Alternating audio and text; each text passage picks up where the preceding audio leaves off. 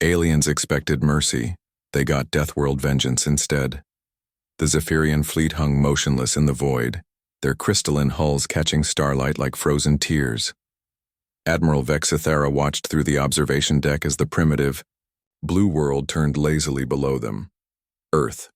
The name tasted bitter in her mind, such a simple designation for what their xenobiologist had classified as a class Thorn Deathworld. "Admiral," her aide chirped nervously, "the human delegation has arrived." Vexthera's mandibles clicked in amusement. After 3 cycles of orbital bombardment, after reducing their major population centers to ash, after demonstrating the absolute superiority of Zephyrian technology, the humans still sent negotiators. How quaint. The human who entered the chamber was unremarkable by galactic standards, bipedal, carbon-based, lacking any obvious natural weaponry. Commander Sarah Chen wore the tattered remains of what had once been a military uniform, her dark hair streaked with premature gray, but it was her eyes that gave Vexthera pause. They held no fear, no desperation, only a cold, calculating stillness that reminded the Admiral uncomfortably of the void between stars.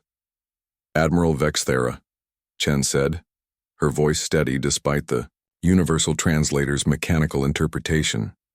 "I've come to discuss terms." "Terms?" Vexithara's laugh resonated through the chamber like breaking glass. "Human, your species has nothing left to negotiate with. Your cities burn, your militaries are scattered, your governments have fallen. You will surrender unconditionally, and perhaps, we will allow some of your kind to serve as laborers in our mining colonies." Chen remained silent for a long moment, studying the alien commander with those unsettling eyes. Finally, she spoke. "You know, Admiral, when your species first made contact, our xenobiologists were fascinated. The Zephyrians, a crystalline silicon-based life form that evolved on a garden world with 3 suns and perpetual spring. No predators, no natural disasters, no evolutionary pressure beyond basic resource competition. You've never known real hardship, have you?" Vexithara's confidence wavered slightly. "Your point, human?"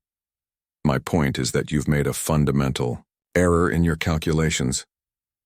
Chen stepped closer, and despite herself, the Admiral took a step back. "You looked at Earth and saw a death world, a planet where everything is trying to kill everything else. Extreme weather, natural disasters, ice ages, asteroid impacts, mass extinctions. You thought that made us weak." The human smiled then, and Vexthara felt something she hadn't experienced in her 600 cycles of life. Genuine fear. "But you see, Admiral, we're not victims of our death world. We're its children. Every single human who drew breath before your bombardment was descended from survivors, beings who crawled out of primordial oceans, who weathered ice ages, who rebuilt civilizations from ashes time and time again. We didn't just survive Earth's attempts to kill us, we thrived." Chen gestured toward the viewport where Earth continued its rotation, scarred but unbroken. "You destroyed our cities. We've built cities before. From scratch, from ruins, from nothing. You scattered our militaries. Every human over the age of 12 knows how to make weapons from scrap metal and fertilizer. You toppled our governments. We've been overthrowing and rebuilding governments for millennia. It's practically a hobby." Vexithara's aide was frantically consulting his datapad, cross-referencing human history files. His chromatic patterns flickered with alarm. "But more importantly," Chen continued, her voice dropping to barely above a whisper, "you hurt our children. You bombed our schools, our hospitals, our homes. You made human children cry out in terror and pain." The temperature in the room seemed to drop several degrees. "Admiral, your species has never had to deal with a predator, but humans, we are the apex predator of a death world. And when someone threatens our young..." Chen's smile widened, revealing teeth that suddenly seemed far too sharp.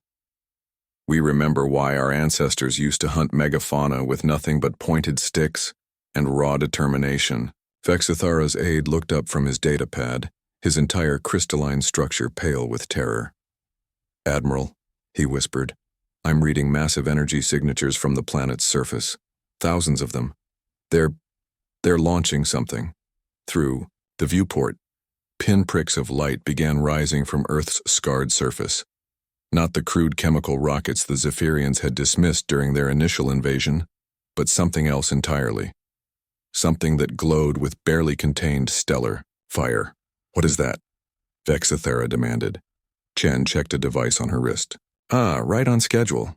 Those would be our Deathworld special delivery systems. You see, while your fleet was busy bombing our cities, our survivors were busy with a little project. 3 days is plenty of time to retrofit nuclear missiles with captured Zephyrian antimatter cores. Amazing what desperate humans can accomplish when properly motivated." The Admiral's mandibles clattered in panic. "That's impossible. Your technology level is perfectly adequate for reverse engineering alien technology when human children are dying," Chen interrupted. "We're very good at learning new ways to kill things that threaten our family."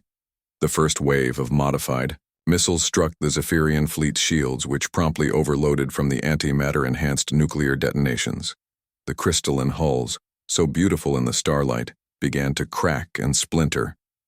"You came to our world expecting easy conquest," Chen said, watching the destruction with clinical detachment.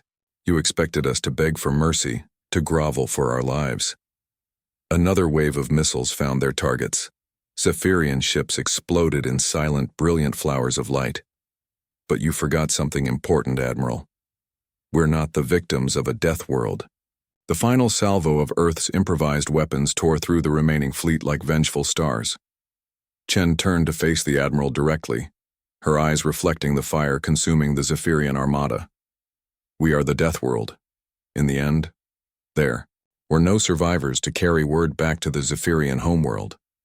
But across the galaxy, other species took note when the Zephyrian fleet simply disappeared.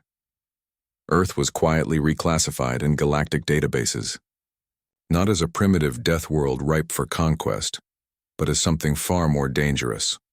A world that produced beings who turned suffering into strength, who transformed loss into lethal purpose, who met extinction with extinction. The humans, meanwhile, got back to the business of rebuilding. They had practice,